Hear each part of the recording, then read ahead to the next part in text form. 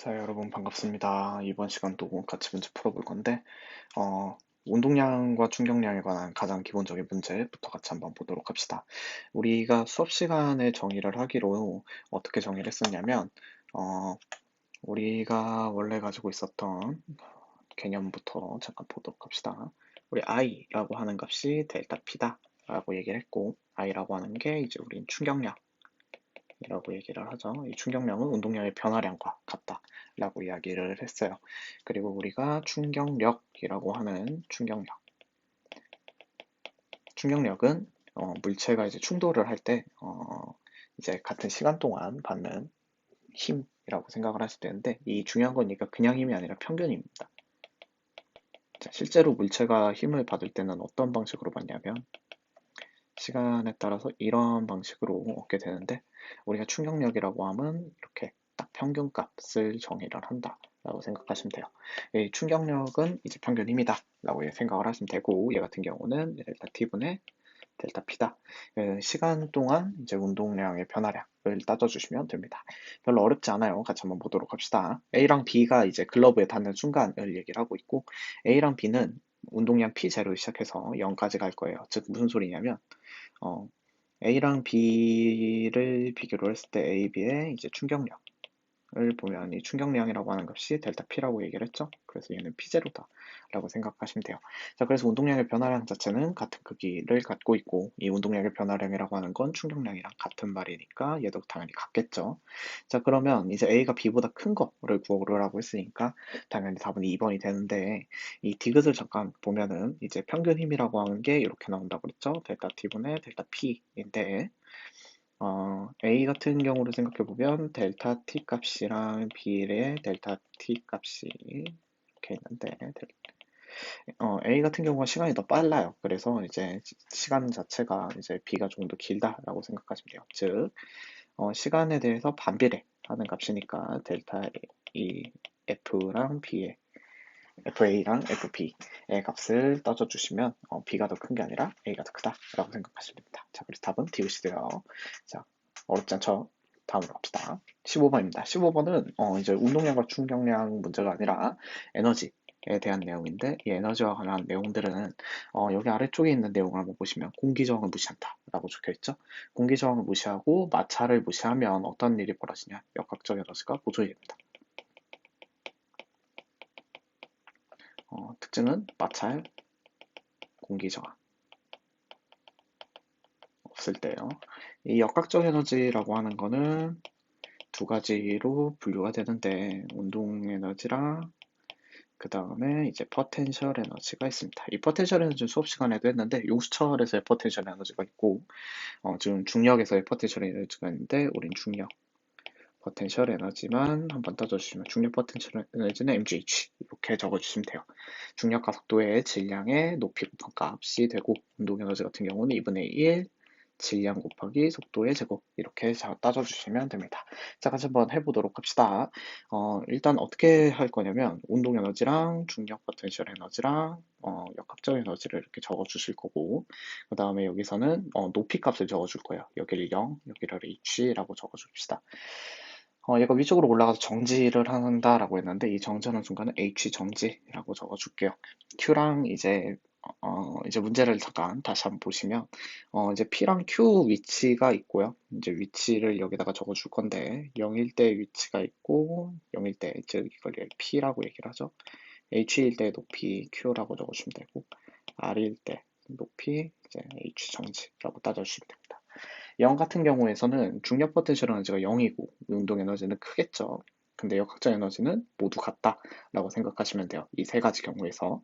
H 정지인 상황을 보면 운동 에너지가 정지니까 0이고, 중력 포텐셜 에너지는 mgh 정이라 라고 써주시면 되고, 역학적 에너지는 mgh 정이 되겠죠. 역학적 에너지는 마찬가지로 전부 다 똑같이 mgh 정이 되고, mgh 정이 될 겁니다. 자, 그리고 요때 h잖아요, 높이가. 그래서 mgh다 라고 적어주시면 되고요. 이 운동 에너지는 이때 mgh 정이 되고, 얘 같은 경우는 mgh 정 마이너스 h다 라고 적어주시면 됩니다. 그럼 얘네 다 더해서 이 값이 되겠죠. 자, 그럼 이제 문제를 한번 풀어보도록 합시다. 자, P랑 Q에서의 높이 차이가 h이고 물체의 운동 에너지 변화량은 P에서 Q까지 운동하는 동안 Q에서 R까지 이동하는 동안의 3배이다 라고 얘기를 했어요. 여기 있는 항목을 가지고 문제를 풀어주시면 됩니다. 자, 운동 에너지 변화량이라고 했죠? P에서 Q까지 가는 거 델타 E 운동 에너지죠. 운동 에너지 P에서 Q까지 갈 때를 한번 해주시면 Q일 때 운동 에너지 mgh 정 마이너스 h값 마이너스 그리고 p일 때 mgh 정이죠. 이 값을 계산을 해주시면 q일 때는 운동 에너지가 이렇게 되고 얘는 요게 되겠죠. 그럼 따라서 우린 요게 값을 정해주시면 마이너스 mgh가 됩니다. 자, 델타 ek 그 다음에 q에서 r까지죠. q에서 r까지 이때를 정해주시면 어떻게 하시면 되냐면 마찬가지로 똑같이 해주시면 돼요. r에서 q를 빼주시면 됩니다. 0 마이너스 mgh 정 마이너스 h 요 값이죠. 요 값을 계산해 주시면 mgh 마이너스 mgh 정이 돼요. 자, 그러면 요거 값이 3배다 라고 얘기를 했잖아요. 자, 그럼 이제 우리 여기서 이제 마무리를 좀 한번 해보도록 합시다. 자, 요걸 가지고 이제 문제를 한번 풀어볼 건데 꽉 찼네요. 꽉 차면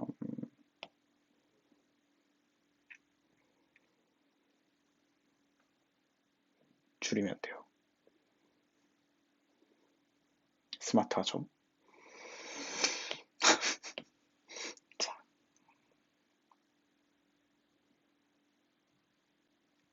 자, 줄여서 이제 다시 해보도록 합시다. 자, Q에서 R까지의 높이의 3배이다 라고 얘기했어요. 3배, 운동하는 동안에 3배다 라고 얘기를 했으니까, 마이너스 mgh에다가, 이때 운동량은 Q에서 R까지 운동할 때 3배다 라고 얘기를 했으니, 여기서 3배를 해서, mgh 마이너스 mgh 정 이렇게 적어주시면 될 겁니다. 자, 그러면 이걸 이렇게 넘기면 이제 계산 값이 나오는데 4mgh 값이 이쪽으로 넘겨서 3mgh 정 값이 나오고요. 따라서 이제 우리는 mg 정 값을 구하시죠. 3분의 4h다 라고 하면 될 것 같아요. 자, 그러면 이제 우리 q에서 r까지의 높이를 따져주기로 했잖아요. 근데 이때 높이를 가지고 잠시만. 요때 높이를 가지고 3분의 4h라 그랬으니까 자, 우린 요거 2개 빼주면 되겠죠? 여기서 요거 빼주면 되겠죠? 그럼 답은 4번이다 라고 깔끔하게 나온다 라고 생각하시면 됩니다. 어렵지 않아요. 다음 거. 자, 4번 문제부터는 이제 좀 생각하는 문제들을 가져왔어요. 이제 생각하는 문제들을 같이 한번 해볼 건데 일단 제일 먼저 해야 되는 건 여기서 6m/s로 가고 있던 애가 4m/s로 이제 감속이 되었고요. 이제 가속이죠. 그리고 10m를 이동을 했대요. 자, 그러면 이제 요거를 가지고 우리 오른쪽에다가 그래프를 한번 그려볼게요. 자, 그래프를 한번 그려보시면 VT 그래프를 이렇게 그릴 건데 맨 처음에 6에서 시작해서 얘가 4까지 줄어들 겁니다. 자, 그리고 이때 시간은 잘 모르지만 이렇게 만들어 주시면 돼요. 이렇게 만들어 주시면 요때 요 넓이 값을 구할 수가 있는데 이 넓이 값이 의미하는 거 요때 시간 t라고 할게요. 요때 넓이가 의미하는 건 VT 그래프에서의 넓이니까 이동거리를 의미하고 있고요. 이동거리는 얘는 10m다 라고 생각하시면 돼요. 됐죠? 자, 그러면 얘의 넓이를 한번 구해보시면 2분의 1에 6 더하기 4 곱하기 시간 t를 했을 때 요 값이 10이다 라고 했으니까 따라서 우리 요때 시간을 1이라고 이야기를 할 수가 있겠네요. 1이 아니죠? 2네요. 2라고 얘기를 할 수가 있겠죠. 자, 그러면 이때 이 시간이 2인데 우리 여기서 구할 수 있는 거 하나 더 있어요. 가속도는 델타 t분의 델타 v다 라고 정의를 하는데 시간이 2초만큼 변할 동안 높이가 2만큼 감속을 했으니까 이때 가속도는 1m/s 제곱이다. 마이너스 1m/s 제곱이다 라고 얘기를 하시면 됩니다. 자, 우리 기억부터 차근차근 한번 해보도록 합시다. P에서 Q까지의 평균 속도를 구하라 라고 얘기를 했습니다. P에서 Q까지의 평균 속도니까 P에서 Q까지의 평균 속도 6에서 4까지면 했죠? 가운데 값 읽어주시면 돼요. 5m/s다 라고 생각하시면 돼요. 기억 맞는 말이고요. 가속도의 크기다 라고 얘기했죠? 가속도의 크기는 우린 여기서 구할 수 있는 게 요거니까 따라서 1m/s 맞죠? 1m/s 제곱 맞는 말이 될 거고 디귿을 한번 보시면 운동하는데 걸리는 시간 P에서 Q까지가 Q에서 R까지보다 작다라고 얘기를 했습니다. 자, Q에서 R까지 가는 거 정지할 때까지죠. 우리 한번 조금은 그래프를 그려서 다음 상황을 예상을 한번 해보도록 합시다. 자, VT 그래프를 이렇게 그렸고요. 6에서 시작하고요. 이렇게 해서 떨어질 겁니다. 자, 그리고 이때가 정지하는 순간이 될 거고, 이때가 이제 아까 전에 우리가 구했었던 문제 상황에서의 속도가 4m/s인 상황이 될 거예요. 자, 그럼 이제 우리 이때 정지할 때 언제 정지하는지를 하려면 여기서 그래프를 값을 한번 구해보면 될 것 같아요. 자, 우리 V 값은 우리 기울기가 마이너스 1이니까 마이너스 t고요. 그리고 나서 시간 0일 때 6이죠. 속도가. 그래서 플러스 6 이렇게 해주시면 됩니다. 따라서 시간이 6일 때 V가 0이다라는 걸 알 수가 있죠. 이거는 여러분들 그 1차 함수 하듯이 똑같이 해주시면 됩니다. 자, 시간에 대한 V 그래프를 이렇게 그려주시고 나서 문제를 풀어주시면 돼요. 이때 시간이 6초다라고 생각을 하시면 됩니다.